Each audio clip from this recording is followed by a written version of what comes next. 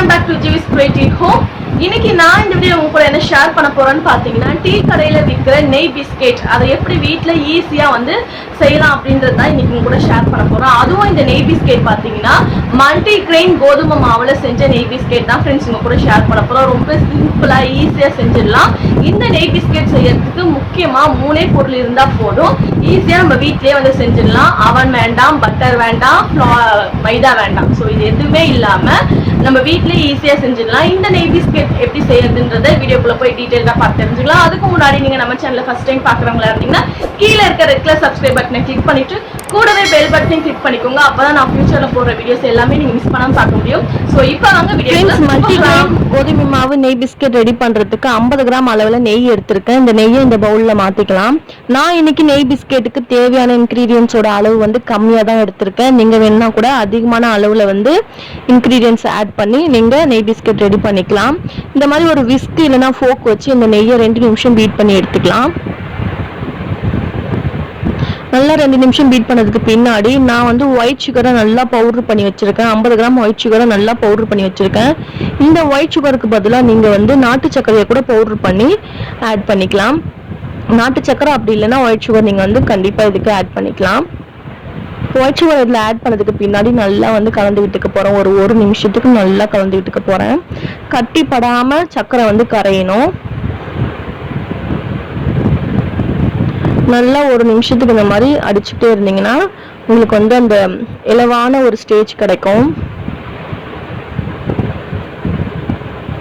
பார்த்தீங்கன்னா 1 மினிட் கலந்து விட்டதுக்கு பின்னாடி ஏலக்காய் எசன்ஸ் ஆட் பண்ணுறேன். என்கிட்ட ஏலக்காய் எசன்ஸ் இருந்ததுனால நான் ஒரு 1/2 ஸ்பூன் அளவுக்கு ஏலக்காய் எசன்ஸ் ஆட் பண்ணிக்கிறேன். அப்படி ஏலக்காய் எசன்ஸ் இல்லாதவங்க நீங்கள் ஒயிட் சுகரோ இல்லை நாட்டு சக்கரையோ பவுடர் பண்ணுவீங்கல்ல, அப்போ 2 ஏலக்காவை கூட போட்டு பவுடர் பண்ணிங்கன்னா உங்களுக்கு கரெக்டாக இருக்கும். அப்படியும் இல்லைன்னா ஏலக்காய் தூள் வச்சுருந்தீங்கன்னா அதை கூட ஆட் பண்ணி இந்த மாதிரி ஒரு நிமிஷத்துக்கு கலந்து விட்டுக்கோங்க.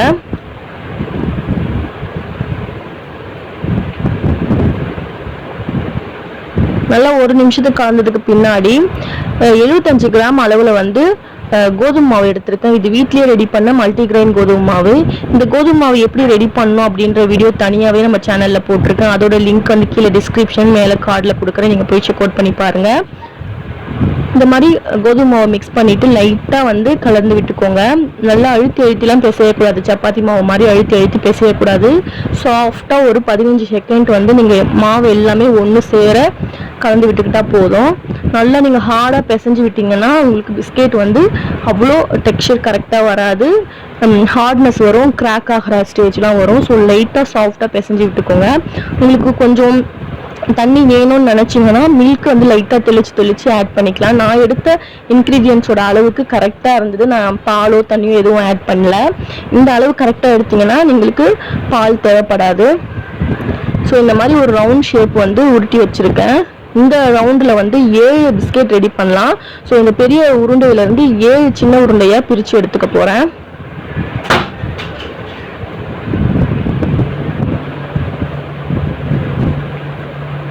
பார்த்தீங்கன்னா இந்த மாதிரி சின்ன சின்ன உருண்டையாக ஒரு 7 உருண்டையை நல்லா பிரித்து எடுத்துக்கிட்டேன். நான் எடுத்த இன்க்ரீடியன்ஸோட அளவுக்கு 7 பிஸ்கெட் தான் கிடைக்கும். நீங்கள் கொஞ்சம் அதிகமான இன்க்ரீடியன்ஸ் ஆட் பண்ணிங்கன்னா, அதாவது இன்க்ரீடியன்ஸோட அளவு அதிகமாக ஆட் பண்ணிங்கன்னா எக்ஸ்ட்ரா பிஸ்கெட்ஸ் கிடைக்கும்.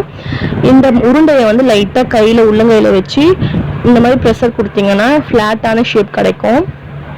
இந்த மாதிரி ஓரத்தில் விரிசல் இருந்துச்சுன்னா பரவாயில்ல, சென்டராக தான் விரிசல் ஏற்படக்கூடாது. ஓரத்தில் விரிசல் விட்டுருச்சுன்னா ஃபீல் பண்ணாதீங்க. இந்த மாதிரி லைட்டாக ப்ரெஸ் பண்ணி விடுங்க. பிகினர்ஸ்க்கு அவ்வளோ கரெக்டாக பிஸ்கெட் ரெடி ஆகாது, ஐயோ இந்த மாதிரி விரிசல் விடுதேன்னு நினச்சிங்கன்னா ஒரு பிரச்சனையும் இல்லை. உங்களுக்கு சென்டராக தான் விரிசல் விடக்கூடாது. ஓரத்தில் விரிசல் விட்டால் ஒரு பிரச்சனையும் இல்லை, பிஸ்கெட் நல்லாவே வரும். சென்டராக விரிசல் விட்டால் தான் பேக் ஆகும்போது நம்மளுக்கு உடையிற சான்ஸு, கிராக் ஆகிற சான்ஸ்லாம் வரும். ஓரத்தில் விரிசல் விட்டால் அந்த மாதிரி எந்த பிரச்சனையும் வராது. ஸோ நீங்கள் தாராளமாக தைரியமாக ட்ரை பண்ணலாம். ஸோ இந்த மாதிரி உள்ளங்கையில் லைட்டாக ப்ரெஷர் கொடுத்தீங்கன்னா உங்களுக்கு அந்த உருண்டை லைட்டாக ஃப்ளாட் ஆகும், பிஸ்கெட் ரெடி ஆகிடும். எனக்கு நல்லா டெக்ஸ்சராக இருக்க பிஸ்கெட்டை விட இந்த ஓரத்தில் விரிசல் விட்ட பிஸ்கெட்ஸ் தான் ரொம்ப சாப்பிட பிடிக்கும். அதோட டேஸ்ட் இன்னும் நல்லா இருக்கும். ஸோ நான் பிளேட்டில் பார்த்தீங்கன்னா எண்ணெய் தடவி வச்சுருந்தேன். நெய் இந்த இட்லி பிளேட்டில் நெய் தடவி வச்சுருந்தேன். அதுக்கு மேலே பிஸ்கெட்ஸை வச்சு நல்லா ஒரு 10 நிமிஷம் ப்ரீ ஹீட் பண்ண குக்கரில் வந்து 25 நிமிஷம் நல்லா பேக் பண்ணி எடுக்க போகிறேன். ஸோ நான் 7 பிஸ்கெட் இருந்ததுனால 2 தட்டு வச்சுருக்கேன். இந்த மாதிரி நீங்கள் இந்த மாதிரி இட்லி தட்டு இல்லைன்னா கூட ரவுண்டு பிளேட்டில் கூட ரெடி பண்ணிக்கலாம். ஸோ இந்த மாதிரி பெரிய இட்லி குக்கர், கனமான இட்லி குக்கரில் அடியில் எதுவும் போடலை. நீங்கள் வேணும்னா கூட உப்பு இல்லைன்னா மணல் போட்டுக்கலாம். 10 நிமிஷம் வந்து ப்ரீ ஹீட் பண்ணி வச்சுருக்கேன். இதில் இப்போ இந்த தட்டை வச்சு ஒரு 25 நிமிஷம் பேக் பண்ணி எடுத்துக்கலாம். நீங்கள் இதுக்கு மேலே மூடுற மூடியில் வந்து கேஸ்கெட்டு விசில்லாம் போடாமல் நீங்கள் வந்து மூடி வச்சுக்கலாம். எப்படி கேக் பேக் பண்ணுவோமோ அதே மாதிரி தான் ஃப்ரெண்ட்ஸ் பேக் பண்ணணும். கேஸ்கெட்டும் விசிலும் போடாமல் மூடி போட்டு நல்லா மூடி வச்சுக்கோங்க. கரெக்டாக ஒரு 25 நிமிஷம் ஆகட்டும் ஃப்ரெண்ட்ஸ். 25 நிமிஷம் கழித்து எப்படி இருக்குன்றதை காமிக்கிறேன். பார்த்தீங்கன்னா கரெக்டாக 25 நிமிஷம் ஆயிடுச்சு. 25 நிமிஷம் கழித்து திறந்து பார்க்கும்பொழுது பிஸ்கெட்லாம் அவ்வளோ மனமாக சூப்பராக வந்து பேக் ஆகி வந்திருந்தது.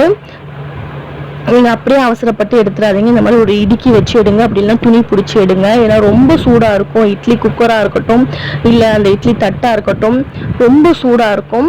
ஸோ பார்த்தீங்கன்னா நீங்கள் தொடும்போது கொஞ்சம் வந்து சாஃப்டாக தான் இருக்கும். ஒரு 10 நிமிஷம் நீங்கள் வெளியே இந்த சூடெல்லாம் தணிஞ்சதுக்கப்புறம் பார்த்தா தான் கரெக்டான பிஸ்கெட்டோட டெக்ஸ்சர் கிடைக்கும். நீங்கள் எடுக்கும்போது சூடோடு பார்க்கும்பொழுதே லைட்டாக சாஃப்ட்னஸ் தான் இருக்கும். ஆற விட்டிங்கன்னா கரெக்டாக பிஸ்கெட் ரெடி ஆகிடும். நான் கையில் தொட்டேன், பட் எனக்கு சூடாக இருந்தது, அதனால் இடுக்கி வச்சு எடுத்து தனித்தனியாக வச்சுக்கிறேன். ஒரு 10 நிமிஷம் இது ஆறட்டும். நான் இப்போ இதில் வந்து ஒரு பிஸ்கெட் எடுத்து காமிக்கிறேன் பாருங்கள். எனக்கு ப்ராக்டிஸ் ஆனதுனால அந்த சூடு அவ்வளோவா பெருசாக தெரியல. பட் பிகினர்ஸாக இருந்தீங்கன்னா நீங்கள் கையில் துணி வச்சுருந்து வேலையை வந்து செய்யுங்க. இந்த பிஸ்கெட் பார்த்தீங்கன்னா அவ்வளோ டெக்ஸ்சர் சூப்பராக இருந்தது. நல்லா ஒரு பேக்காகி வந்திருக்கு பாருங்கள். நல்லா வெதுன்னு சூடாக இருந்தது. இப்போ இது ஒரு 10 நிமிஷம் அப்படியே விட்டுடலாம். 10 நிமிஷம் கழிச்சு ஆறுனதுக்கு பின்னாடி காமிக்கிறேன். ஃப்ரெண்ட்ஸ், நம்மளோட மல்டிகிரெயின் கோதுமை மாவு நெய் பிஸ்கெட் சூப்பராக அதே டெக்ஸ்சரில் அதே டேஸ்ட்டில் வந்து ரெடி ஆயிடுச்சு. ஸோ கண்டிப்பாக நீங்களும் உங்கள் குழந்தைங்களுக்கு ஹெல்த்தியான இந்த பிஸ்கெட்டை செஞ்சு கொடுங்க. ரொம்பவே ஹாப்பியாக ஃபீல் பண்ணுவீங்க. என்ன ஃப்ரெண்ட்ஸ், மல்டிகிரெயின் கோதுமை மாவு மூலயமா வீட்லயே சூப்பரான நெய் பிஸ்கெட் எப்படி செய்யறதுன்றத பார்த்துருப்பீங்க. ஸோ நீங்களும் கண்டிப்பாக ட்ரை பண்ணி பாருங்க. ரொம்பவே நல்லா இருக்கும். குழந்தைங்களுக்கும் கூட ஹெல்த்தியான ஒரு ஸ்நாக்ஸ் ரெசிபியாக தான் ஃப்ரெண்ட்ஸ் இது இருக்கும். ஸோ கண்டிப்பாக ட்ரை பண்ணி பார்த்துட்டு கீழே கமெண்ட் பாக்ஸில் எப்படி இருந்ததுன்றதை கமெண்ட் பண்ணுங்க. இந்த வீடியோ உங்களுக்கு பிடிச்சிருந்தா லைக் பண்ணுங்க. ரொம்ப யூஸ்ஃபுல்லாக இருந்துச்சுன்னு நினச்சிங்கன்னா உங்கள் ஃப்ரெண்ட்ஸ் அண்ட் ஃபேமிலிக்கு ஷேர் பண்ணுங்க. இந்த மாதிரி மோர் தென் இன்ட்ரெஸ்டிங்கான வீடியோஸ் பார்க்க சேனலை சப்ஸ்கிரைப் பண்ண மறக்காதீங்க.